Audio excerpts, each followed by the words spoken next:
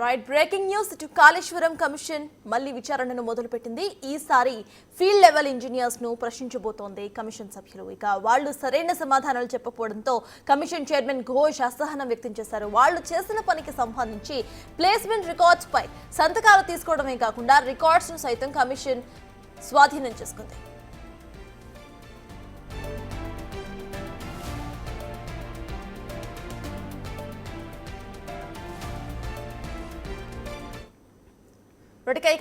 Commission విచారణకు సంబంధించిన పూర్తి డీటెయిల్స్ మా ప్రతినిధి వెంకట్ అందిస్తారు. వెంకట్, చెప్పండి, ప్రెసెంట్ అక్కడ అప్డేట్స్ ఏంటి? ఇంజనీర్స్ ను ప్రశ్నించిన తర్వాత కమిషన్ కొంచెం అసహనం వ్యక్తం చేసినట్టు తెలుస్తోంది. అసలు ఏంటి సమాచారం ఏంటి? సర్దార్, ముందు నుంచి కూడా విచారణకు వస్తున్నటువంటి ఇంజనీర్ అధికారులు కావచ్చు, లేదంటే ఏజెన్సీ సంస్థలకు సంబంధించిన అధికారులు కావచ్చు, ఇటు కాళేశ్వరంకి సంబంధించిన ఏదైతే కార్పొరేషన్కి సంబంధించిన అధికారులు సైతం కూడా కమిషన్ అడుగుతున్న ప్రశ్నలను దాటవేస్తున్నటువంటి ధోరణి స్పష్టంగా కనిపిస్తూ ఉంది. ఏ అధికారి వచ్చినా కూడా తెలియదు, గుర్తులేదు, లేదు అంటే ఆ ప్రశ్నకు సమాధానం తెలియదు అనే నేపథ్యమే కనిపిస్తూ ఉంది. మొత్తం గత పెద్దలు చెప్పినట్టే నడుచుకున్నామనే వర్డ్స్ ఏదైతే ఉన్నాయో అవే స్పష్టంగా కమిషన్ ముందు చెబుతున్నటువంటి నేపథ్యం అయితే కనిపిస్తూ ఉంది. నిన్న 18 మంది ఇంజనీర్ అధికారులను విచారించింది కమిషన్. ఇవాళ కూడా రెండో రోజు దాదాపు ఒక 15 మంది ఇంజనీర్లను విచారించే అవకాశం అయితే కనిపిస్తూ ఉంది. ఫీల్డ్ లెవెల్లో ఏదైతే 3 కాళేశ్వరం ప్రాజెక్టు కింద ఉన్నటువంటి మేడిగడ్డ, అన్నారం, సుందిల్లా ఈ 3 ప్రాజెక్టులకు సంబంధించి ఫీల్డ్ లెవెల్లో కింది స్థాయి ఇంజనీర్లు, ఎగ్జిక్యూటివ్ ఇంజనీర్లు కావచ్చు, అట్లనే అసిస్టెంట్ ఇంజనీర్లు కావచ్చు, ఇట్లా కింది స్థాయి ఇంజనీర్లను విచారించే పనిలో కమిషన్ ఉందని చెప్పుకోవచ్చు. ఇంతకుముందు కూడా కాళేశ్వరం ప్రాజెక్టులో చీఫ్ ఇంజనీర్లను విచారించి ఉంది, వారి నుంచి కీలక డేటా సేకరించి ఉంది. ఇప్పుడు ఫీల్డ్ స్థాయిలో కింది స్థాయిలో ఉన్నటువంటి ఇంజనీర్లపైన దృష్టి పెట్టింది. ప్రధానంగా ఈ 3 బ్యారేజీలకు సంబంధించి ఏదైతే రికార్డ్స్ బుక్స్ ఉంటాయో ఆ రికార్డ్ బుక్స్ కూడా స్పష్టత లేదు.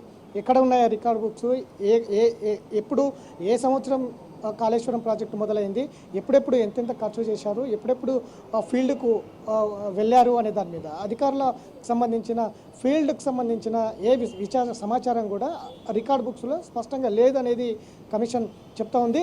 వీరందరూ కూడా అధికారులందరూ కూడా మాట్లాడుకొని ఒకే సమాధానం చెప్పాలి అనే ఒక లైన్లో వెళ్తున్నట్టుగా కూడా స్పష్టంగా కనిపిస్తుంది.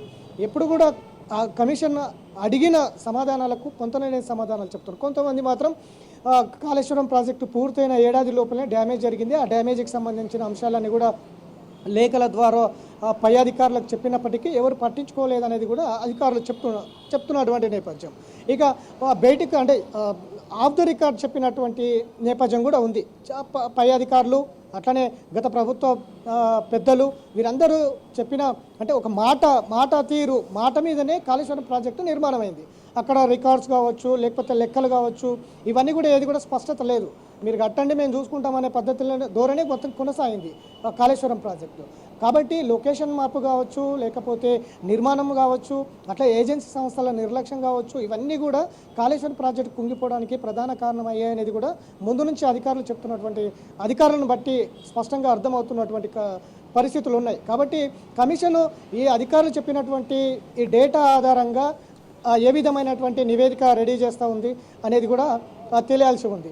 అట్లనే మరోవైపు విజిలెన్స్కి సంబంధించిన పూర్తి స్థాయిలో రిపోర్టు రావాల్సి ఉంది. ఎన్డీఎస్ఏ నేషనల్ డ్యామ్ సేఫ్టీ అథారిటీకి సంబంధించిన ఫైనల్ రిపోర్టు కూడా రావాల్సి ఉంది. అట్లనే గత ప్రభుత్వం కేసీఆర్ ప్రభుత్వం తీసుకున్నటువంటి కేబినెట్ నిర్ణయాలు ఏవైతే ఉన్నాయో కాళేశ్వరం పైన ఆ నిర్ణయాలకు సంబంధించిన అంశాలు కూడా పూర్తి స్థాయిలో కమిషన్కి అందించాలనేది కూడా కమిషన్ చెప్తా ఉంది.